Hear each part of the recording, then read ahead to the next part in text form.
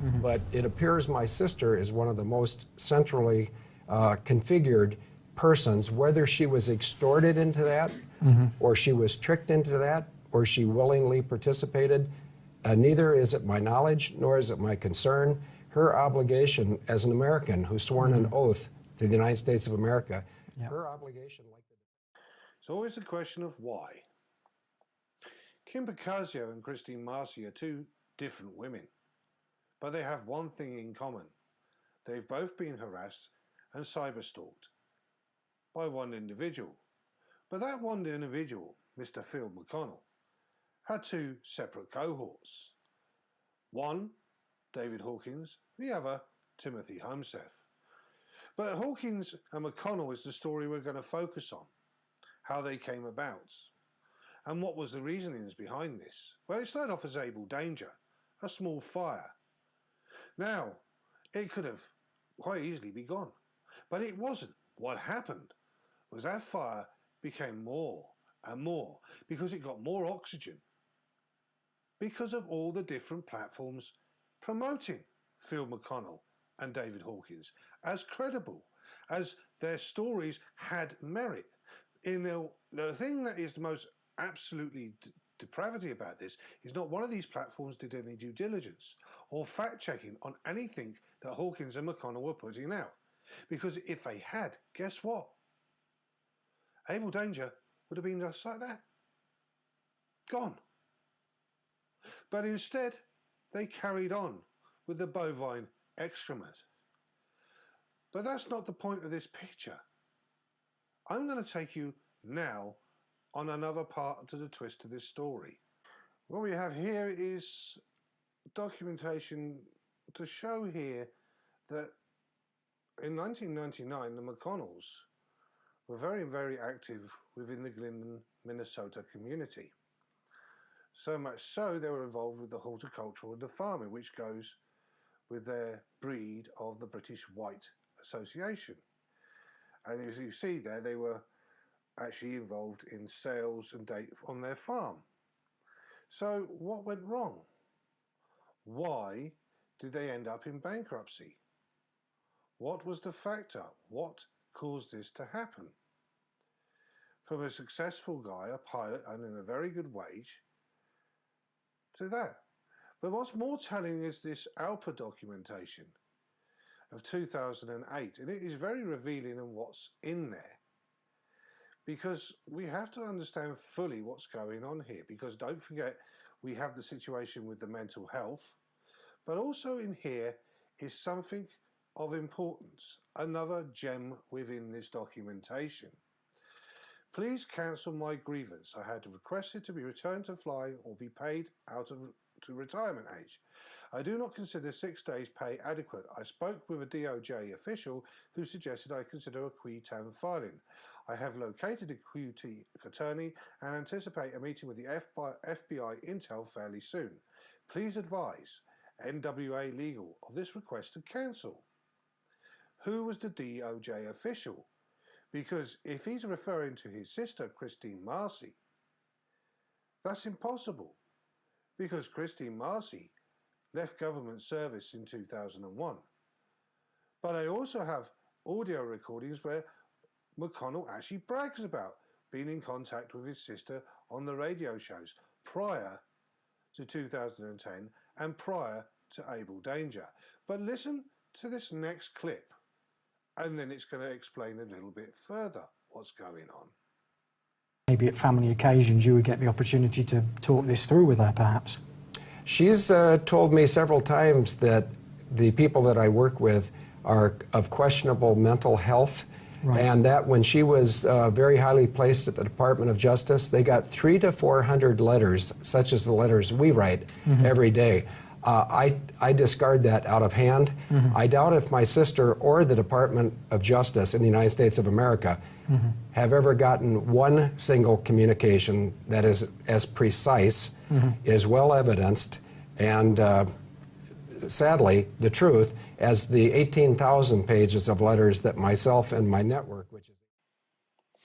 What is revealing about this is that Phil McConnell confided in his sister at the beginning about his meetings with David Hawkins and what they were discussing.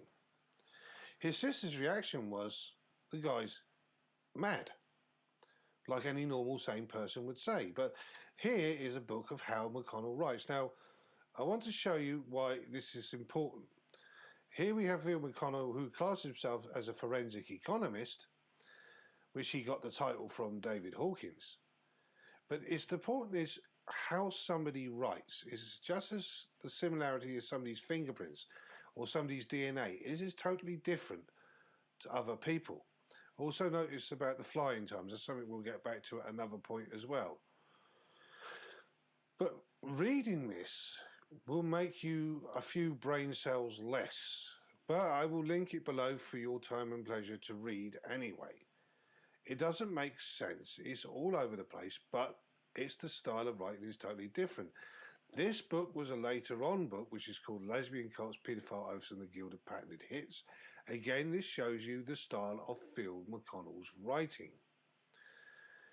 And my word of advice is do not click on any of these links because it will take you to a site you do not want to go to, which is also something we have to discuss, is the pornographic site that's linked to abledanger.net. Which is something we have to look at as well. But what we're concentrating now is on how the Kristine Marcy story started.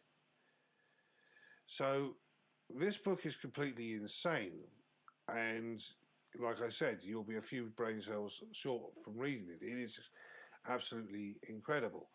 But this is what I'm now going to show you now. This is the documentation that was filed as the civil case in Dakota. Remember the one in 2007? That was filed. Well, this is the actual draft for the preamble constitute remedies for private equity racketeering and two-party corruption. It was written by Hawkins. How do we know it was written by Hawkins? Because Hawkins has told us on numerous occasions that he wrote it for Field.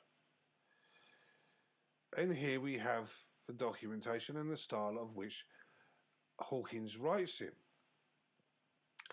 You can see for itself the words RICO, statute by October, developing sex, sabotage and murder for hire services. This is all what Hawkins talks like. His writing is the same as how he has been talking for years. This is, like I said, like a fingerprint. His style of writing is completely different to Phil McConnell's, which is where we can see who put this all together, which was Hawkins. What I'm bringing your attention to now, like I said, this was in May of 2007, is he's started to put Kristine Marcy in there. Kristine Marcy, so he's put her as a defendant, as a global guardian. Now, why was he writing this in 2007? Well, let's think about what Kristine Marcy said. It became more and more apparent because of Hawkins' methodology. He's done this for years. But what was she being accused of? Well, spinning of evidence. The spinning of evidence, here you can see her name there with Bruce McConnell and Chris Marcy, with McConnell International, George Soros, Hillary Clinton, Bill Clinton, Harold Ike's Shadow Party with lawyers, lesbian or bisexuals and labourers, entrapment networks and media and Hollywood made Ben Slinney a star while backer paid perjurers in United 93 movie. Mindbox Hedge Fund, that's again Hawkins. But he's titled it McConnell Solves Murder on United 93. This was written by Hawkins on the 1st of July 2007, 2 months after he's already put in the fact that Kristine Marcy was a global guardian. Now we know from the beginning of this video in 2011 that McConnell said that he didn't know about his sister. Now this was written by Hawkins in 2006, before he met Phil McConnell, before they got together.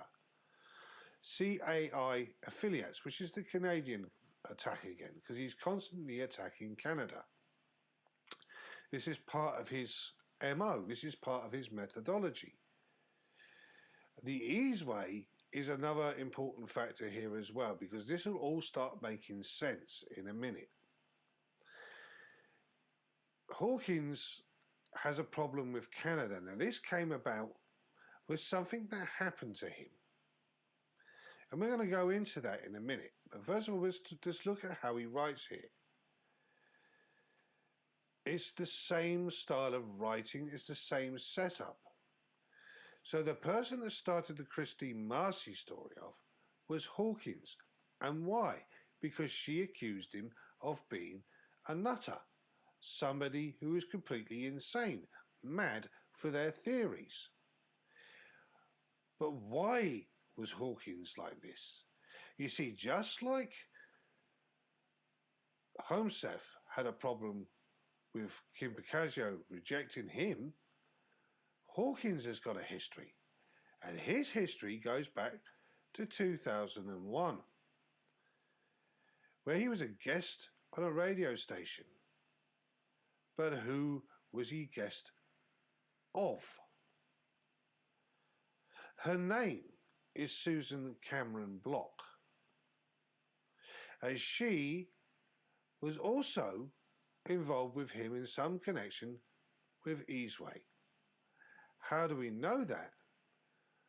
Well, here is another piece of the puzzle. What this is all about is the fact that Hawkins had serious issues with Canada because of what happens here. Now, in 2001, and this article was written 2 days before 9/11, you can read for yourself that Hawkins was involved in selling this monorail system to the mayor at the time. And he was doing it in conjunction with Cameron Block. And when you read it, it looks like it says here, Hawkins suggested forest industry workers would be new jobs. First Nations would also be honoured, perhaps by including Aboriginal carvings or paintings on the towers that support the monorail line. Best of all, the services would be free by selling easements of air parcels over the monorails, or air parcels, sorry. But this tells you that they're marketing this idea of the monorails. In other words, Hawkins is a salesman. And you can see that he's pushing this idea for whoever it was that invented the Easeway, which it wasn't Hawkins. That's another story for another day. But what's more important is to understand why Hawkins came onto the scene in 2003, what this is all about, and why he was always attacking Canada. He was always attacking Canada in all of his postings. He was tying Canada to 9/11. He was tying Canada to all these other crimes and RICO and everything else. And his paperwork has been going on for a long time like this. And it's important that we understand why. And the reason is quite simple. Here we have the British Columbia file number and the date of a law courts with Susan Block, or Susan Cameron Block, on the 17th of January 2002. And it was a civil supreme case in the general courts of the Supreme Courts. And who is the defendant? Well, the defendant is David Hawkins. So what exactly happened here? These documents are very, very revealing and very, very interesting, and we'll be going into depth at a later date regarding this. But more importantly, I want to bring your attention to something else Hawkins did. And it's important to understand why. Hawkins needs to be completely and understood as the creator of the Kristine Marcy narrative that McConnell went along with, the same as Timothy Homsef created the narrative about Kim Boccaccio that McConnell went along with. And it's quite apparent because the pattern of behaviour is exactly the same. This was written in 2003, which is the original blogs of Forensic Hawkins. You can find them every now and then. But it states here he's a forensic economist. Research links below, reference on requests. And this is basically talking about the Willie Picton murders in British Columbia, which was the horrible mass murder of 49 women by a guy called Willie Picton. And it's, again, another conspiracy theory, and one that Hawkins has embedded himself into in many ways and put it out there, his theories that he has been selling since this time, since 2003. And he has been going on and on and on about it. But here's the bit I want to read more importantly, is this bit here. Mr. Campbell, I first met you at the COPE headquarters before you were elected Mayor of the City of Vancouver. At the meeting, I gave you a signed copy of an illustration entitled Missing Women, Missing Wolves. I also offered you an early attempt at a fictionalized account of the horrors of Piggy Palace. In other words, his story he made up. But more importantly, I'm bringing yourself down to another piece of information here. I am a forensic economist. There's no documentation to prove that he is any economic degrees or anything else like that. But here's the last bit, which is really interesting, is over the last 10 years they have reduced me to penury, but I have determined the missing will be avenged and justice will be done. So basically, when he lost his business and was forced to move to Canada, he's lost all his money, basically. And that's what penury means, poverty. And he has been out for revenge against Canada all this time. The problem with fantasies like Hawkins is they don't know when to stop. And the fact of the matter is he's now a target on the daughter of Kristine Marcy's back, Jessica Marcy. On the new platform with his new co-host, recently they rang up Jessica Marcy to try and verify one of his crazy ideas, which is the Mendenhall rape story, which we will go into details in another video later on, because all of this will become apparent as to who was behind all of this was Hawkins and why. Because Kristine Marcy basically was going to be a problem for him. So he had to ensure that McConnell was still on his team to make the film, but also to push his nonsense into America.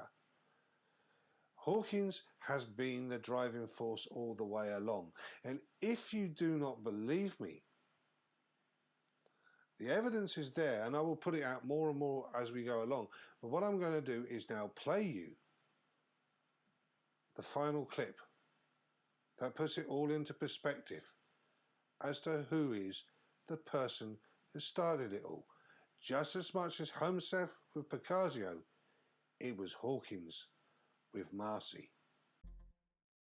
I started Googling this woman, Lady Mary Stevenson, and that's obviously her married name, but her maiden name was Mary French Simmons, I think. She's a tobacco heiress, and the one reference I find on the internet, and you remember when we started Field, after a great deal of effort, we had 4 hits on your sister, Kristine Marcy. Over to you. Yes, we've elevated her signature. Her profile is now almost as large as mine, and my profile, and I'm saying this tongue in cheek, and people who've met me know that I'm not interested in drawing attention to myself, but I'm willing to throw myself onto the tracks to draw attention to the train, if you will.